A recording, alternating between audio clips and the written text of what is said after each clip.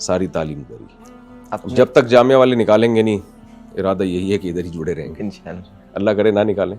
آپ نے تو سوچا ہوا تھا کہ آپ سپلیمنٹری میں پیپر دیں گے دوسرے اور نمبر بڑھیں گے تو یقیناً آگے یونیورسٹی وغیرہ جانے کا بھی ارادہ ہوگا, تو یہ اچانک رجحان کیسے تبدیل ہوا کہ مدرسے کی طرف آ گئے آپ؟ جی, میں اکثر پوڈ کاسٹ میں یہ بات بتا چکا ہوں, تبلیغی جماعت میں سیروزے کی جماعت تھی, ہمارے محلے میں جماعت آئی ہوئی تھی. میں سیکنڈ ایئر کا طالب علم تھا اور ڈاک یارڈ میں بھی گیا تھا, اپرینٹسشپ کر رہا تھا وہاں. تو ہمارے یعنی ایک وہاں اس تبلیغ جماعت میں عالم تھے مفتی احمد ممتاز, حضرت مفتی رشید احمد صاحب رحمہ اللہ کے شاگرد تھے وہ. تو سیروزے کی جماعت میں آئے ہوئے تھے, بڑے کڑک عالم تھے, بڑے سخت قسم کے پٹھان جو ہوتے ہیں نا, جی جی سخت. میں ان کے بیان میں بیٹھا, انہوں نے بڑا زبردست بیان کیا اچھا اور بڑا کڑک بیان کیا, بڑی غیرت دلائی کہ مسلمان کا ماضی کیا ہوتا تھا, کدھر کو جا رہا ہے. خیر جی, میری ان سے اسی بیان میں دوستی ہو گئی. میری عمر تھی اس وقت 17 سال. اچھا دوستی ہو گئی. 3 دن میں انہی کے ساتھ رہا تو انہوں نے مجھے کہا کہ آپ جو ہے ایکسٹرا آرڈینری کچھ ذہین ہو. ان کی رائے تھی, غلط بھی ہو سکتی ہے, ان کا میرے بارے میں خیال تھا. تو انہوں نے کہا آپ دین کے علم کی طرف آؤ تو اللہ آپ سے بہت کام لے گا, کیونکہ آپ کا دماغ بہت تیز ہے. میرا موڈ نہیں تھا آنے کا, اچھا مجھے ایک دنیا نظر آ رہی تھی. شوق تھا نیوی میں جانے کا, اچھا اچھا اور نیوی میں جانے کا شوق بھی اس لیے کہ join the navy see the world. جب ہم کارساز کے پاس سے گزرتے تھے نا, ادھر کارساز ہے, تو join the navy see the world. میرے والد صاحب بھی نیوی میں تھے, تو مجھے نیوی والوں کی وائٹ کلر کی وردیاں بڑی اچھی لگتی تھیں. صحیح. اور پھر میرے والد صاحب نے چائنا اور آسٹریلیا کے سوا پوری دنیا کا وزٹ کیا تھا پاکستان نیوی میں ہونے کی وجہ سے. تو میری بھی خواہش تھی کہ میں پوری دنیا دیکھوں. تو میرے اوپر تو ایک ایسے قہر بن کے گرا کہ یار یہ مجھے مولوی بنا رہے ہیں. تو خیر میں نے نہیں ارادہ کیا, میں نے بلکہ اپنے والد صاحب کو کہہ دیا کہ میں نہیں اس طرف آؤں گا. بس کیا ہوا ہے, وہ بہت آرام سے سمجھاتے رہے, انہوں نے اکرام بھی کیا جیسے تبلیغ والے کرتے ہیں نا اکرام. ایک دن پتہ نہیں بیٹھے بیٹھے مجھے خیال آ گیا, میں نے کہا کشتیاں جلا دو یار. تو بس پھر میں نے یو ٹرن لیا. اس کے بعد میرا دل تو نہیں لگا. شروع کے 2 سال تو مجھ پہ بہت زیادہ ٹف گزرے ہیں, یہ میں جانتا ہوں اور اللہ جانتا ہے. مدرسے میں جو شروع کے 2 سال, کیونکہ ایک بالکل آزاد ماحول سے نکل کے جب آپ آتے ہو تو بڑی مشکل ہوتی ہے. میں اکثر پوڈ کاسٹ میں یہ بتا چکا ہوں, میں چھپ چھپ کے روتا تھا. اچھا. اتنی مجھے ایسا لگتا ہے زمین تنگ ہو گئی ہے, لیکن اللہ نے ایک حوصلہ دیا تھا کہ یہاں سے جانا نہیں ہے واپس. یعنی ایسے ہمت ہو گئی تھی جیسے کوئی مسلمان ہو اور پھر وہ کہے کہ اب حدیث میں آتا ہے نا آگ میں جلا دیا جائے تو بھی شرک سے نفرت ہو اس کو. تو مجھے واپسی کا راستہ میں نے یعنی اللہ نے بس اتنا حوصلہ دیا تھا کہ واپس نہیں جانا. تو یہ سارا ان کو کریڈٹ جاتا ہے حضرت مفتی احمد ممتاز صاحب کو. اور پھر اس ٹیچر ایسے ملے الحمدللہ مدرسے میں اتنے, جو میرے ذہن میں ایک مدرسے کا تصور تھا پتہ نہیں یہ ہوتا ہے, وہ سارا تصور ختم ہو گیا. جب میں آیا حضرت مفتی رشید احمد صاحب کو دیکھا میں نے, اتنے نفیس, اتنے, میں نے کہا یار کیا ان کی شخصیت ہے, پرسنالٹی ہے, بات چیت کرنے کا انداز, اور ایسے اخلاق تھے ان کے, یعنی آئیے طلبہ سے ایسے بات کرتے تھے. جی. تو میں نے کہا یار یہ تو, حالانکہ پنجابی اسپیکنگ تھے. جی. پنجاب والے آئیے لے جائیے, یہ پنجاب پہ بڑا ڈیفیکلٹ ہوتا ہے, پتہ ہے آپ کو, اس سے پنجاب والوں کا جو ہے نا جی بہت مشکل ہوتا ہے. تو ہمارے حضرت ٹھیٹھ پنجابی تھے. جی. ایک تو خوبصورت بہت تھے, پرسنالٹی تھی ان کی, اور پھر اتنی اخلاق سے بات کرتے. پھر ہمیں یاد ہے حضرت مفتی عبدالرحیم صاحب سے ہماری ملاقات ہوئی, تو کسی نے حضرت استاد صاحب کو پرچی دی کہ 2 لڑکے ملنے کے لیے آئے ہیں کالج سے, ایک میں تھا اور میرے دوست تھے. تو ہم نے کہا پتہ نہیں ٹائم ملے گا نہیں ملے گا. تو انہوں نے کہا کہاں ہیں, وہ خود اٹھ کے آ گئے مفتی عبدالرحیم صاحب حضرت استاد صاحب ملنے کے لیے. اچھا. اور کہنے لگے میں خود مل لیتا ہوں جا کے, کہاں بیٹھے ہوئے ہیں وہ. ہمیں بڑا عجیب لگا یار, اتنے بڑے آدمی ہیں, حضرت مفتی رشید احمد صاحب کے نائب ہیں, اور ہم بچوں سے خود ملنے کے لیے آ رہے ہیں. تو ہم نے بالکل ایک وہ ماحول دیکھا جو ہمارے دماغوں میں جو غلط تصور بٹھایا ہوا تھا مدرسے کا, اس کے بالکل اگینسٹ ماحول دیکھا. پھر سلیقہ, صفائی, ستھرائی اتنی, جنہوں نے مفتی رشید احمد صاحب کو دیکھا ہے نا ان کو پتہ ہے. میں نے کہا یار یہ کس دنیا میں ہیں یہ لوگ. تو حضرت مفتی محمد صاحب ہمارے استاذ تھے, مولانا آفتاب صاحب استاذ تھے, مفتی ابو البابا صاحب سے تو پھر ہم بعد میں, وہ تو بہت جب ہم نے تخصص کیا اس سال آئے تھے وہ. اس سے پہلے سارے بڑے اچھے مزے کے اساتذہ تھے. ہم نے کہا یار یہ تو بڑا اچھا گھریلو ماحول ہے یہاں. مفتی رشید احمد صاحب کے بارے میں یہ ایک تاثر ہے کہ وہ بہت سخت گیر قسم کے انسان اور بہت سخت عالم دین تھے. تو آپ کہہ رہے ہیں کہ آپ جب آئے تو آپ نے ان کو بہت نفیس پایا اور وہ بڑا ہر کسی سے بہت نرمی سے بات کرنا. تو یہ کیا وجہ ہے کہ ایک تاثر وہ عام ہے اور آپ اس سے نہیں ان کے بارے میں بہت غلط تاثر تھا کہ بہت سخت گیر تھے. اس کا وہ خود بھی کئی دفعہ جواب دیتے تھے. اچھا. کہتے تھے سخت ہونا اور مضبوط, یعنی کسی چیز میں مضبوطی ہونا اور سختی ہونا الگ چیز ہے. فرماتے تھے میں دین پہ مضبوط ہوں, دین کے بارے میں سخت نہیں ہوں. صحیح. مضبوط کا مطلب یہ ہے کہ جو واضح حرام چیزیں ہیں نا, بے پردگی ہے اور کرپشن اور یہ سب چیزیں جو سوسائٹی میں چل رہی ہیں, اس پہ وہ بہت کوئی کمپرومائز نہیں تھا. مالی معاملات میں بہت زیادہ وہ مضبوط تھے, استغنا بہت تھا. میں ان کی نرمی کا ایک واقعہ سناتا ہوں. ایک دفعہ انہوں نے میرے ذمہ کام لگایا کہ آپ نیچے بیٹھیں کہ میں انٹرکام سے کال کروں گا, اس وقت آپ نے کال لازمی اٹھانی ہے اور بہت اہم کام ہے جو آپ کو میں نے بتانا ہے. اور 3-4 دفعہ حضرت نے تاکید کی ہوگی کہ آپ انٹرکام پہ بیٹھ جائیں, آپ نے لازمی کال اٹھانی ہے. صحیح. مغرب کا ٹائم تھا, میں سنتیں پڑھنے لگا, اس کے بعد میں بھول گیا, لیکن میں ذہن میں رکھا ہوا تھا میں نے کہ حضرت نے بہت زیادہ تاکید سے کہا ہے, اور میں بھول گیا. حضرت کال پہ کال کر رہے ہیں, کئی آپ کو پتہ ہے انتظار کی ایک گھڑی کتنی شاق گزرتی ہے انسان کی. تو مجھے آدھے گھنٹے بعد یاد آیا حضرت کا انتہائی امپورٹنٹ کام تھا. بہرحال میں فوراً بھاگا اوپر گیا حضرت کے گھر پہ. حضرت نے دروازہ کھولا, حضرت نے فرمایا آپ کو کب سے کال کر, بڑے آرام سے آپ کو کب سے کال کر رہا ہوں. میں نے کہا بالکل ذہن سے نکل گیا. بس چند سیکنڈ کی خاموشی تھی, بس اور کچھ نہیں. یہ دن رات ہوتا رہتا تھا, ہم دیکھتے تھے. اچھا, انہی دنوں میں حضرت کے ایک مرید آئے ہوئے تھے, اتنی بڑی ماشاءاللہ ان کی داڑھی تھی, اور وہ ڈاکٹر بھی تھے, حضرت سے بیعت تھے. انہوں نے کسی طالب علم کے ذمے, وہ ڈاکٹر صاحب نے کام لگا دیا کہ یہ کوئی چھوٹا سا کام تھا, وہ طالب علم بھول گیا. وہ جو ڈاکٹر صاحب برسے ہیں نا اس کے اوپر, میں نے کہا یار وہ جو بڑے ہیں وہ تو بالکل کچھ نہیں کہہ, پی گئے غصہ اور سب کچھ. حضرت پہ غصہ تھا, میں نے دیکھا, لیکن یہ کہ کچھ نہیں کہا انہوں نے, چلو بس ہو گیا. اور یہ جو ہیں چھوٹے, جن کا کام اس طالب علم کے ذمے لازم میں نہیں ہے, کیسے تپے ہوئے ہیں. تو کمپیئر کرتا ہے نا جب آدمی, تو پھر پتہ چلتا ہے. میں خود بھی ایسے اخلاق نہیں ہے میرے بھی وہی ڈاکٹر والے ہی ہیں, بلکہ اس سے 2 ہاتھ آگے ہی ہوں گا. لیکن بہرحال حضرت کے جو, اور حضرت مفتی عبدالرحیم صاحب کے بھی ہم نے دیکھے کہ اتنا زیادہ ان کے اندر تحمل, برداشت, بہت زیادہ. حضرت استاد صاحب مفتی عبدالرحیم صاحب میں تو شاید حضرت مفتی عبدالرحیم صاحب سے میرا خیال ہے زیادہ ہی ہوگا جو تحمل ہے. خیال نہیں ہے بلکہ یقین ہے. تو اتنا ایک اچھا ماحول دیکھا اور اتنے ایسے لوگوں کو دیکھا, ہم نے کہا بھائی یہ الگ ہی دنیا ہے. دارالفتاء والارشاد کس سال میں آئے, وہ کون سا؟ میں 1413 ہجری 93. اساتذہ کا آپ نے ذکر کیا ہے, تو کوئی ایک ایسا استاد ضرور ہوتا ہے ہر طالب علم کی زندگی میں جو بہت اہم ہوتا ہے, جس کے ساتھ بہت خاص تعلق ہوتا ہے, یا کوئی ایسا بھی ہوتا ہے جس سے بہت زیادہ ڈر اور خوف ہوتا ہے.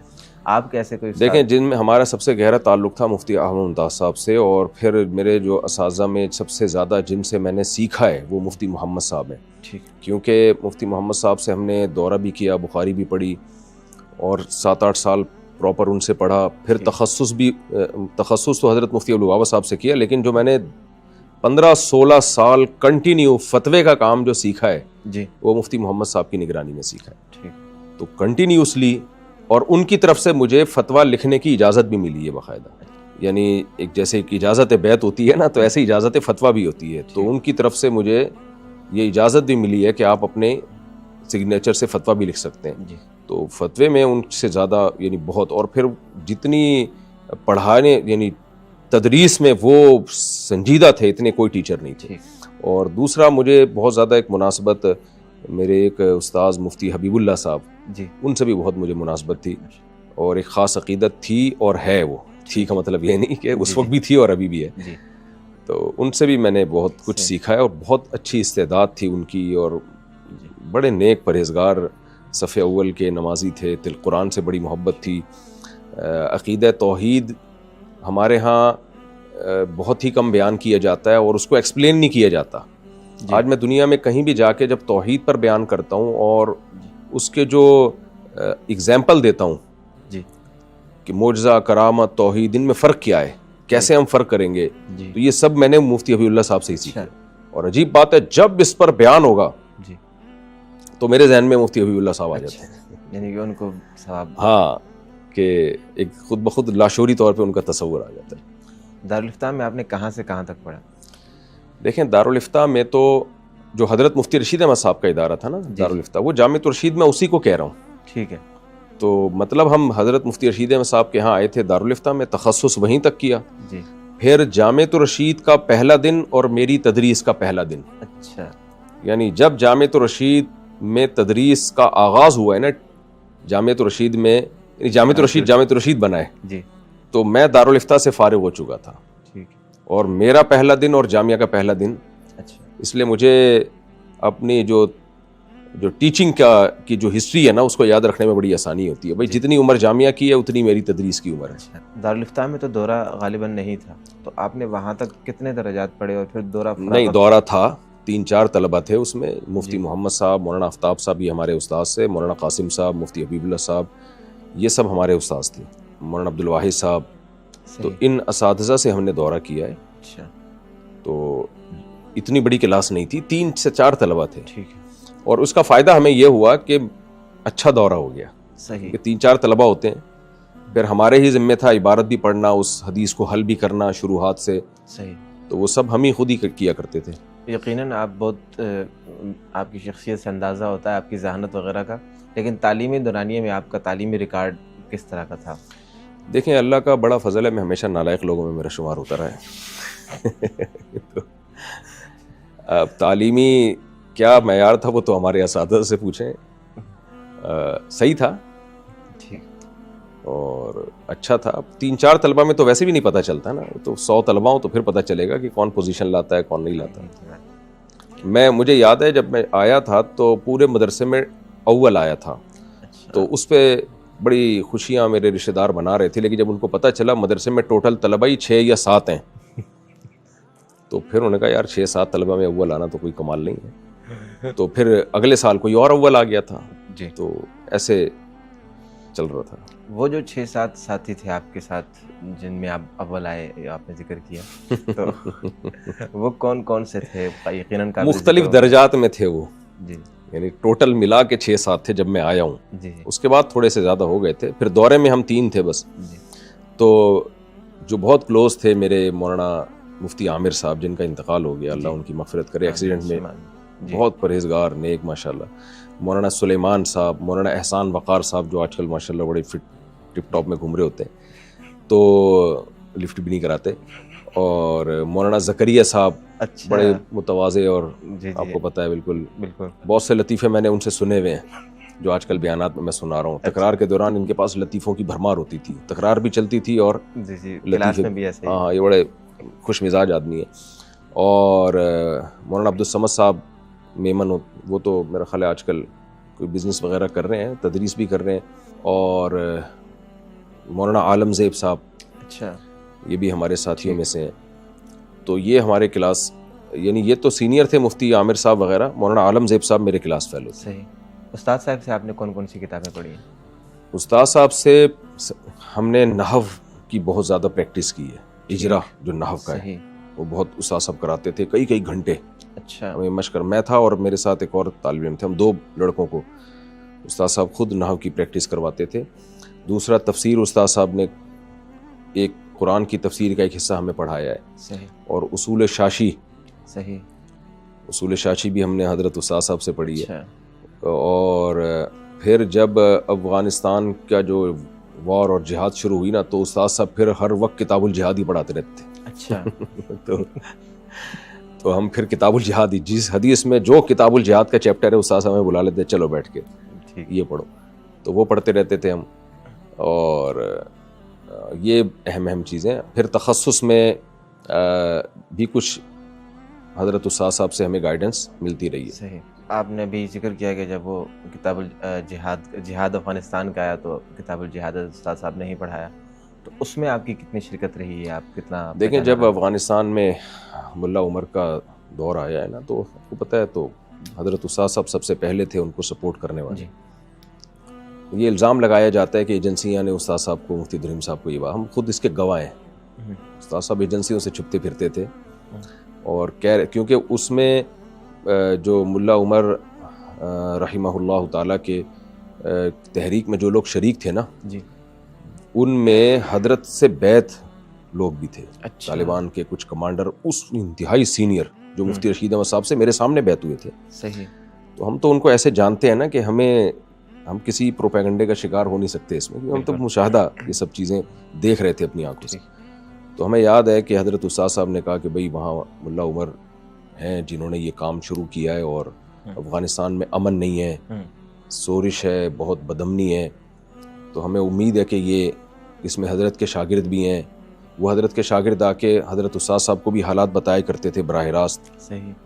تو انہی دنوں میں حضرت مفتی رشید احمد صاحب نے اور ہم نے اور حضرت مفتی عبدالرحیم صاحب نے افغانستان کا سفر کیا. یہ اس وقت کی بات ہے جب قندھار بھی فتح نہیں ہوا تھا. جی جی، وہ یعنی اسپین بولدک کا تھا اور آگے. اچھا، اس وقت وہی مخالفت پورے ملک میں ہو رہی تھی مفتی عبدالرحیم صاحب کی جو آج ہو رہی ہے. اچھا. سب کہہ رہے تھے یہ ایسے ہو گئے، یہ پاگل ہو گئے، ان کا دماغ خراب ہو گیا ہے. سب نے مخالفت کی تھی.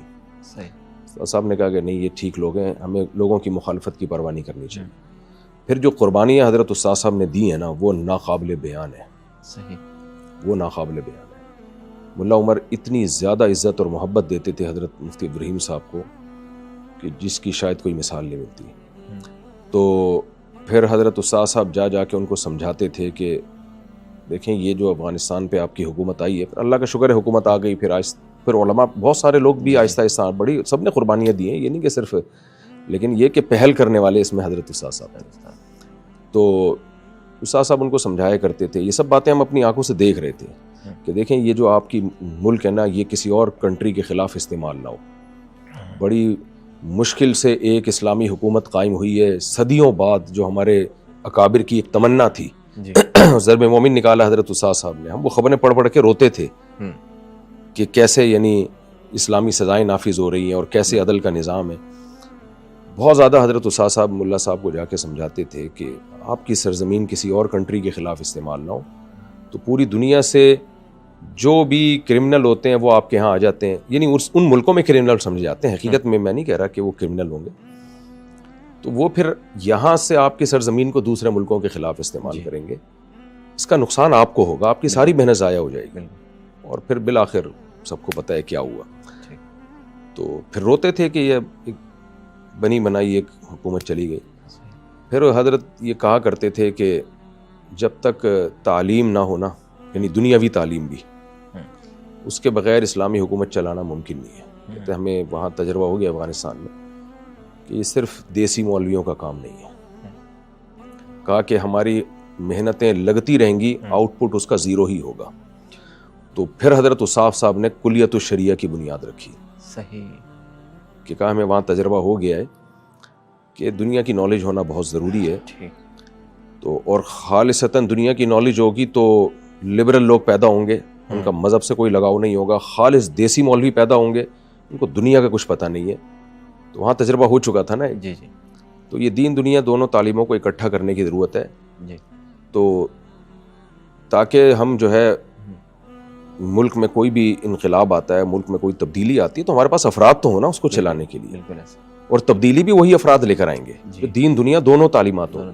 تو یہ جو کلیت الشریعہ کی طرف آئے ہیں نا حضرت استاد صاحب، یہ وہاں کے تجربے کے بعد آئے ہیں. صحیح. تھوڑا سا واپس آپ کی اسٹوڈنٹ لائف کی طرف آتے ہیں.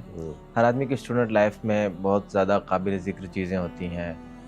آپ اس کا کوئی قابل ذکر واقعہ، کوئی بہت ہی اہم جو آپ کو اب تک یاد ہو، خاص طور پر کوئی شرارت وغیرہ ہو جو بہت دلچسپ ہو؟ دیکھیں اسکول کی لائف میں شرارتوں کی لائف ہوتی ہے. پہلے تو ہوتی تھی، اب نہیں ہوتی. اب تو بچے سارے پڑھاکو ہی پیدا ہو رہے ہیں. اتنا ہے کہ ہم کسی غیر اخلاقی سرگرمی میں نہیں تھے. جیسے لڑکوں میں لڑکیوں کا پیچھا کرنا اور یہ سب چیزیں نہیں تھیں.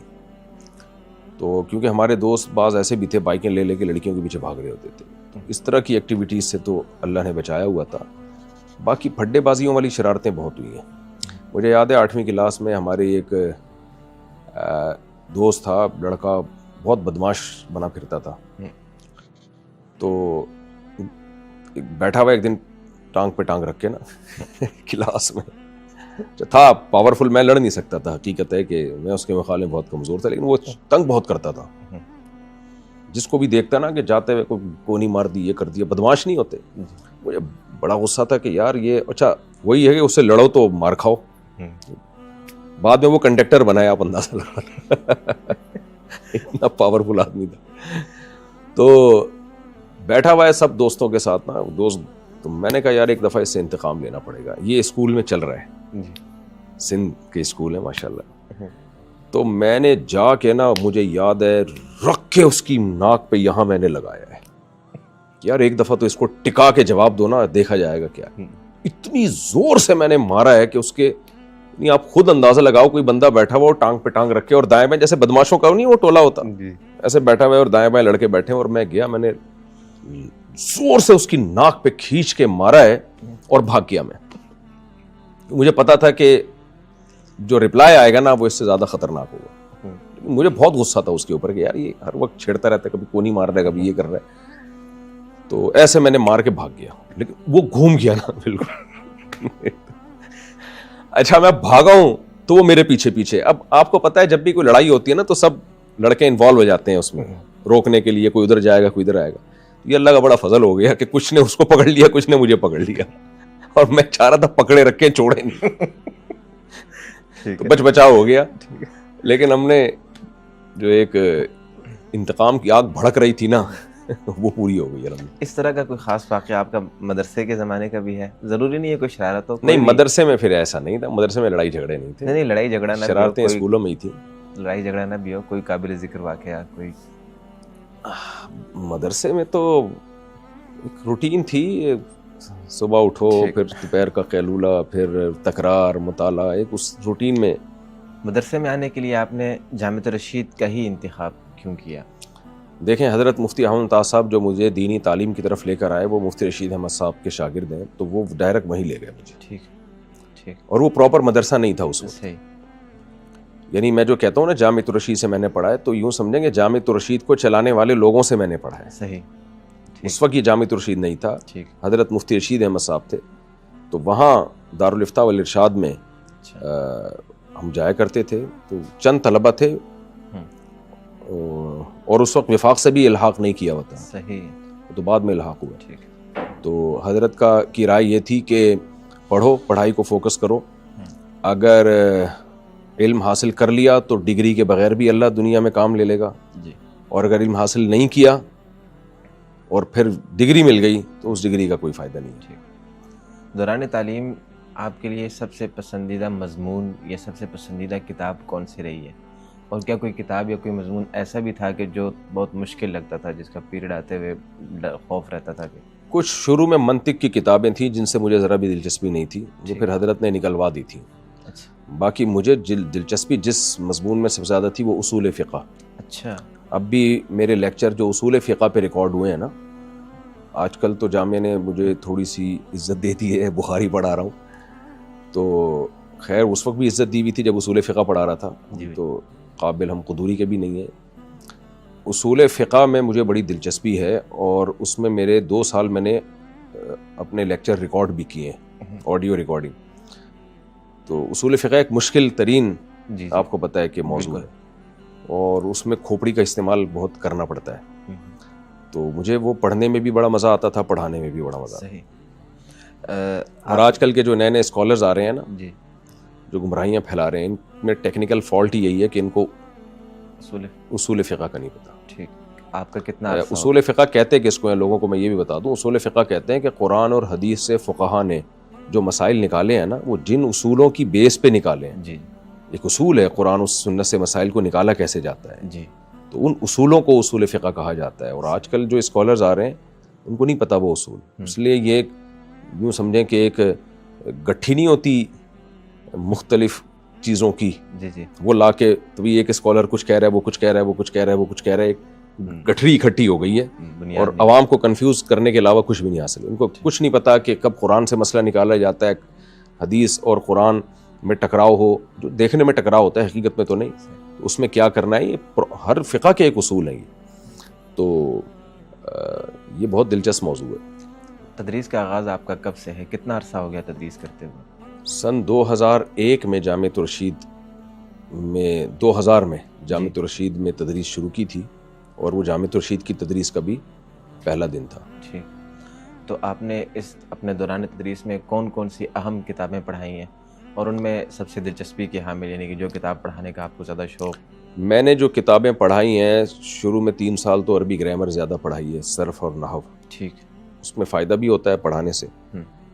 اس کے بعد جو کتابیں ہیں قدوری ہے, ہدایہ ہے, صحیح, نور الانوار ہے, اچھا, اور حسامی ہے, صحیح, بخاری ہے, مشکات ہے, اچھا, اور آثار السنن ہے, اور بھی کچھ کتابیں ہیں ابھی یاد نہیں آ رہی. جامعہ کے علاوہ بھی کہیں آپ نے تدریس کی ہے؟ نہیں, جامعہ کے علاوہ. تو کوئی ایسی کتاب بھی رہی ہوئی, کوئی ایسی کتاب بھی رہی ہے یا کوئی مضمون کے جس کو آپ نہ پڑھانا چاہتے ہوں, آپ کو لگے کہ یہ اگر مجھے نہ دیا جائے تو زیادہ بہتر؟ جلالین, وہ بھی پڑھائی ہے میں نے لیکن بالکل خواہش نہیں ہے. تدریسی سفر کے دوران کا آپ کا کوئی قابل ذکر واقعہ ہو پڑھاتے ہوئے, کوئی ایکسٹرا قسم کا طالب علم آپ کو ٹکر گیا ہو یا اس طرح کا کوئی بھی؟ ایک ٹکرا تھا بہت ہی بدتمیز. اچھا, میں نے کبھی اتنا بدتمیز طالب علم نہیں دیکھا. بہت تمیز نہیں تھی اس کو بات کرنے کی, اور میں حیران ہوتا ہے کہ مدرسے میں ایسے طلبہ بھی ہوتے ہیں. آج کل وہ بڑی فلم بنا ہوا ہے اور لوگوں کو بتاتا ہے کہ میں جامعۃ الرشید سے فارغ ہوں, حالانکہ جامعۃ الرشید سے چھوڑ دیا تھا اس نے. نام لینا مناسب نہیں ہے, اور لوگ اس کے اخلاق سے بڑے متاثر ہیں. میرے خیال ہے کہ لوگ پہنچ گئے ہوں گے. چھوڑ دیں. جامعہ میں تدریس کے علاوہ دیگر آپ کی کیا کیا ذمہ داریاں ہیں؟ جامعہ میں تدریس کے علاوہ میری ذمہ داریاں 4 بیویاں اور 19 بچے پالنا, یہ سب سے اہم ترین میری ذمہ داری ہے, جو شاید پوری کائنات میں صرف میری ہی ہو. اس ذمہ داری میں میرا کوئی شریک شاید نہ ہو. نہیں, میرا سوال یہ تھا. اچھا, میں بتا رہا ہوں, میں سمجھ گیا آپ کا سوال. تو جمعہ اور اتوار کے میرے بیانات ہوتے ہیں. ابھی تو رمضان ہے تو روزانہ تراویح کے بعد تفسیر کے لیکچر, تراویح میں خود پڑھا رہا ہوں, اور کچھ علمی کام ہیں, تحقیقی کام ہیں جو میں اپنے آفس میں بیٹھ کے کرتا ہوں, ریکارڈنگ کرواتا ہوں, پھر بیانات کے لیے دائیں بائیں جاتا ہوں. اور جب ایام تدریس چل رہے ہوتے ہیں تو پھر جو کتاب صبح پڑھانی ہے رات کو اس کا جی, مطالعہ بھی کرنا ہوتا ہے. جامعہ میں اور کیا کیا ذمہ داریاں؟ جامعہ میں تو میری ذمہ داری تدریس ہے. جی, اس کے علاوہ جب کہیں بھیج دیا جاتا ہے مجھے کسی کام سے, جیسے پاکٹ ویلفیئر ٹرسٹ والے بھی رابطہ کرتے ہیں کبھی کبھار مجھ سے کہ ہمارے ساتھ تھر چلو, ڈبے بانٹنے, ہم نے کنواں کی بنیاد رکھنی ہے وغیرہ وغیرہ, تو ہم چلے جاتے ہیں, اچھا کام ہے. اور یا ویسے بیان کے لیے کہیں بھیج دیں. میں نے ان سے بولا ہے کہ لوگ مجھے چندے کے لیے استعمال کرتے ہیں, آپ لوگ ہی استعمال کر لو مجھے چندے کے لیے. آپ نے تو یہ پھر بھی استعمال نہیں کر رہے ہیں.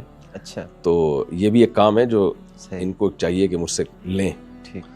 تو آپ نے شروع میں بولا کہ مفتی محمد صاحب سے آپ نے 15 سال وہ فتاویٰ کی تمرین وغیرہ, تو تقریباً اب تک جو ہے آپ کتنے فتاویٰ جات خود تحقیق کر کے جاری کر چکے ہیں یا اپنے ہاتھ سے تحریر کر چکے ہیں؟ دیکھیں 15 سال تو میں نے کم کہا, زیادہ.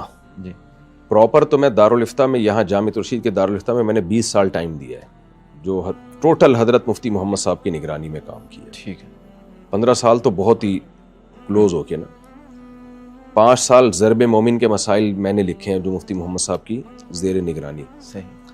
تو اچھا, یہ بھی ایک ناانصافی ہوگی کہ مفتی محمد صاحب کے بعد جو فتوے میں نے فائدہ اٹھایا ہے وہ مفتی حسین خلیل خیل صاحب سے. اچھا, ان کا تذکرہ کرنا بھی ضروری ہوگا, ناشکری کی بات ہے.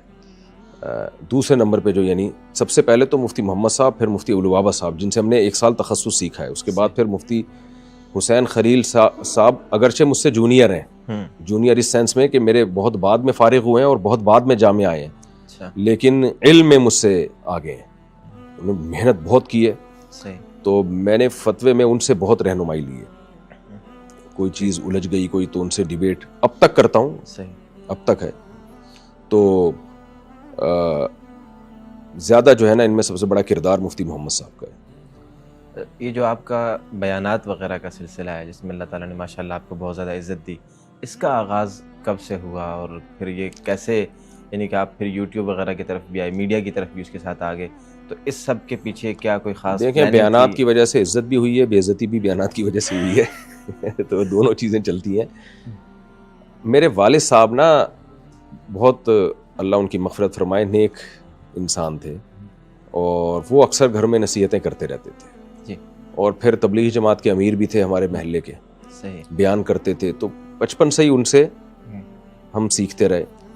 دوسرا آپ کی مدر لینگویج کا بڑا تعلق ہوتا ہے. میں نے جس گھر میں آنکھ کھولی اردو کے علاوہ کوئی زبان نہیں تھی. اچھا جو پنجاب میں ہمارے رشتہ دار گئے وہ بھی گھر میں اردو ہی بولتے ہیں, یعنی وہ تو ظاہر ہے جب آپ کی ایک مدر لینگویج ہوتی ہے نا, پلے بڑے اسی میں ہو, اور پھر کراچی کی اردو تو آپ کو پتہ ہے وہ تو اصل اردو یہاں کی ہے کراچی کی, مدر لینگویج کا بڑا فائدہ ہوا نا. تو آپ اس یعنی کہ آپ نے شروع میں کہا تھا کہ آپ کی خواہش تھی کہ آپ پوری دنیا گھومیں, اس وجہ سے آپ نیوی میں جانا چاہتے تھے, تو آپ بیانات کے سلسلے میں آپ کے اسفار ہوتے ہیں, تو اب تک تقریباً کتنے ممالک کا اسفار آپ کر چکے ہیں؟ جب میری خواہش تھی نا کہ پوری دنیا گھوموں, جب میں مدرسے میں آیا تو مجھے 99.99999% یقین تھا کہ اب میں پوری دنیا کے پاکستان سے باہر بھی نہیں جا سکتا, بلکہ لوگ کہتے تھے ملا کی دوڑ مسجد تک. تو میں نے کہا اب تو سفر تو ختم. تو یہ ایک طرح سے اللہ نے قربانی لی تھی مجھ سے کہ چھوڑ دو بس, اللہ دین کا کام لے لے. اور مجھے یاد ہے کہ یعنی ہمارے استاد حضرت مفتی محمد صاحب ہمیں پڑھا رہے تھے, ہم 4 طالب علم تھے, القراءۃ الراشدہ پڑھ رہے تھے, عربی ادب کی کتاب ہے نا. تو میرے ذہن میں بھی یہی مستقبل تھا کہ میں جب یہاں سے فارغ ہوں گا تو میں بھی 5 طلبہ کو پڑھا رہا ہوں گا, 5 ہوں گے 6 ہوں گے, یہ تھا میرے ذہن میں. تو یہ نہیں تھا کہ جو ابھی جو کچھ نظر آ رہا ہے, تو یہ تھا کہ سفر تو سوال ہی پیدا نہیں ہوتا. لیکن جب بہرحال سفر شروع ہوئے تو مجھے یاد نہیں کتنے ملکوں میں جا چکا ہوں. اچھا, بہت سارے کنٹریز میں جا چکا ہوں. صحیح. یعنی میرا سفر جب شروع ہوا تو ایسے کہ دبئی گیا ہوں, دبئی سے آیا اگلے دن میانمار جانا ہے, برما جانا ہے, وہاں سے آیا تو پھر ملیشیا جانا ہے, وہاں سے آیا تو ابھی بھی کئی ملکوں سے انویٹیشن آئی ہوئی ہے. اچھا, تو میں خود ہی نہیں جا رہا. لیکن کمال کی بات یہ ہے کہ جب جانا شروع ہوئے تو شوق ختم ہو گیا ہے. اچھا. تو گھر کے علاوہ کہیں دل لگتا نہیں ہے. ویسے تو آپ کی گفتگو وغیرہ سے اندازہ ہوتا ہے کہ آپ بہت شگفتہ طبیعت کے ہیں, لیکن کہیں آپ کو ایسا بھی کہیں احساس ہوتا ہے کہ آپ کسی جگہ سخت گیر بھی ہوتے ہیں؟ میں بہت اگریسو آدمی ہوں. میرے بارے میں میرے قریبی دوستوں کو پتہ ہے کہ میں اکثر ہنستا کھیلتا رہتا ہوں, خوش مزاجی ہی پسند ہے مجھے. لیکن ایک خاص پوائنٹ پہ جا کے نا پھر بھی جو میری کھوپڑی گھومتی ہے جی, تو مجھے خود ندامت ہوتی ہے کہ کچھ زیادہ گھوم گئی ہے, یہ خود ندامت ہوتی ہے. لیکن ایک خاص لمٹ ہے, جب بہت زیادہ کوئی ستانا شروع کر دے نا, بہت زیادہ, اور آپ کی خوش مزاجی سے یا آپ کے نرم لہجے سے ناجائز فائدہ اٹھانا شروع کر دے, تو ایک لمٹ کے بعد جا کے میری کھوپڑی اتنی گھومتی ہے جو اتنی گھومنی چاہیے نہیں, جو اچھی بات ہے نہیں, جس کا یہ اپنی غلطی کا مجھے اعتراف ہے. صحیح. ہم تو آپ کو 7-8 سال سے دیکھ رہے ہیں, اس سے پہلے سے لوگ بہت زیادہ دیکھتے رہے ہیں, آپ کو مشاہدہ کرتے رہے ہیں کہ آپ موٹر سائیکل پہ جامع آیا کرتے تھے, اور یہ بھی ہے کہ آپ اساتذہ کو یا دیگر لوگوں کو بآسانی لفٹ بھی دے دیا کرتے تھے, اور اب اللہ تعالیٰ نے بائک پہ لفٹ دے دیا کرتا تھا. جی, اچھا, پینچر بھی ہو جاتی تھی اس کی وجہ سے, یہ سارا کچھ ہے, بہت ہی جیسے بیسک. آپ لوگوں مجھے یاد ہے, ہم نے تو پڑھا ہے استاد جی سے, یقین کریں ایک دفعہ آئے اور وہ چپل تھی استاد جی کے پاس, چائنا چپلیں آئی تھی نا ہال کی شروع میں, تو وہ چپل ایک چپل کا کلر اور ایک کا اور, تو میں نے کہا یہ استاد جی کا وہ موچی کو یار چپل ٹھیک کرنے دی تھی, وہ بھول گیا لینا. پھر اکثر کلاس میں آتے تھے تو وہ ہیلمٹ کی وجہ سے ٹوپی بھول آتے تھے گھر, ڈائریکٹ ہیلمٹ پہنتے, تو ہفتے بعد ساری ٹوپیاں اکٹھی کر کے شاپ پر لاتے تھے, جس چیز کی ہے لے لو. تو یہ سب چل رہا تھا اس ٹائم. اور وہ کراچی میں ایک خاص اسٹائل ہے کہ آپ گردس وغیرہ سے بچنے کے لیے اوپر ایک جیکٹ یا کوئی استاد جی نے ایک توپ سی رکھی ہوئی تھی, اس گرد سے بچنے کے لیے وہ پہنی ہوتی تھی. تو ظاہر ہے اس پورے اس سفر کے بعد ایک دم اللہ تعالیٰ نے, ایک دم تو نہیں خیر بار گریجولی, پہلے کار, پھر اس کے بعد ڈالا, پھر اس کے بعد سارے آپ سلسلے. تو یہ کیسا لگتا ہے استاد جی سفر, حالانکہ بہت اس کو دیر نہیں لگی ہونے. دیکھیں یہ سب کچھ جو ہے نا اللہ نے ضرورتیں کہ پوری کرنے کا وعدہ کیا ہے نا, جی, تو جو ضرورت ہوتی گئی پوری ہوتی گئی. تو کوئی بھی چیز ان میں ایسی نہیں ہے جو ایکسٹرا ہو. جیسے ریوارڈ اور ڈھالا مجھے ضرورت تھی نا, گارڈ جب سیکیورٹی تھریٹ سے تو گارڈ کی ضرورت تو تھی نا, تو میں نے پھر اسلامک بینک سے وہ نکلوائی قسطوں پہ. یہ سب کچھ تبدیل یعنی جو ہوا ہے, تو اس کے بعد لوگ کہتے ہیں کہ مفتی صاحب تھوڑے بدل گئے ہیں. تو یہ میں نہیں کہوں گا, جو میرے ساتھ اٹھتے بیٹھتے ہیں ان سے گواہی لی جائے کہ بدلاؤں کہ نہیں بدلا. ابھی جیسے میں آیا ہوں نا, یہ ویسٹ کوٹ میں ٹھش پش, یہ ویسٹ کوٹ میں نے جو پہنی ہے اس لیے کہ اندر جو کپڑے میں نے 3 دن سے پہنے ہوئے, تو اس طرح کی سلوٹوں کو چھپانے کے لیے یہ میں نے اوپر ویسٹ کوٹ پہنی ہوئی ہے. یہ نہیں کہ میرے گھر والے کیئر نہیں کرتے, ابھی بھی 3-4 کپڑے میرے استری کیے ہوئے لٹکے ہوئے ہیں. تو مجھے جوتے, کپڑے, اس قسم کی جو ٹیشن بازیاں انتہائی بوجھ ہوتی ہیں طبیعت پہ, تو مزاج نہیں ہے یہ. ٹھیک ہے. تو یہ جو ہے حساب کتاب, یہ مجھے دماغ پہ بہت بوجھ ہوتا ہے, تو یہ میں نے پہنی اس سلسلے میں.